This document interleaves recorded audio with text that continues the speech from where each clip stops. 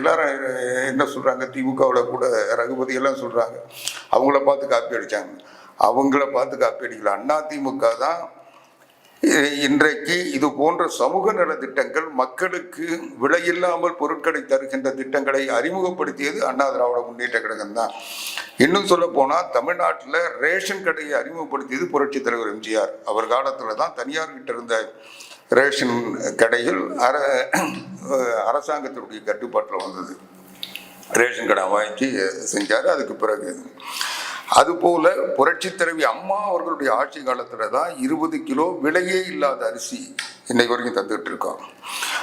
படிக்கின்ற மாணவர்களுக்கு இலவச மிதிவண்டி +1 +2 படிக்கின்றவங்க, அப்புறம் +1 +2 மற்றும் கல்லூரியில் படிக்கின்றவங்க லேப்டாப், இது போல பல திட்டங்கள் நாங்கள் தொடர்ச்சியாக விலையே இல்லாமல் தந்துட்டு இருக்கோம். அதனுடைய நீட்சியாக தான் இன்றைக்கு கடந்த 2021 சட்டமன்ற தேர்தல் அப்போ அனைத்து இந்திய அண்ணா திராவிட முன்னேற்ற கழகத்தினுடைய தேர்தல் வாக்குறுதியில் நாங்கள் தெளிவாக சொல்லியிருந்தோம், நாங்கள் ஆட்சிக்கு வந்தால் இது தமிழ்நாடு முழுவதும் இருக்கின்ற குடும்ப தலைவிகள் அத்தனை பேருக்கும், அரிசி அட்டை வச்சிருக்க அத்தனை பேருக்கும் 1500 ரூபாய் தருவோம்னு அறிவித்தோம்.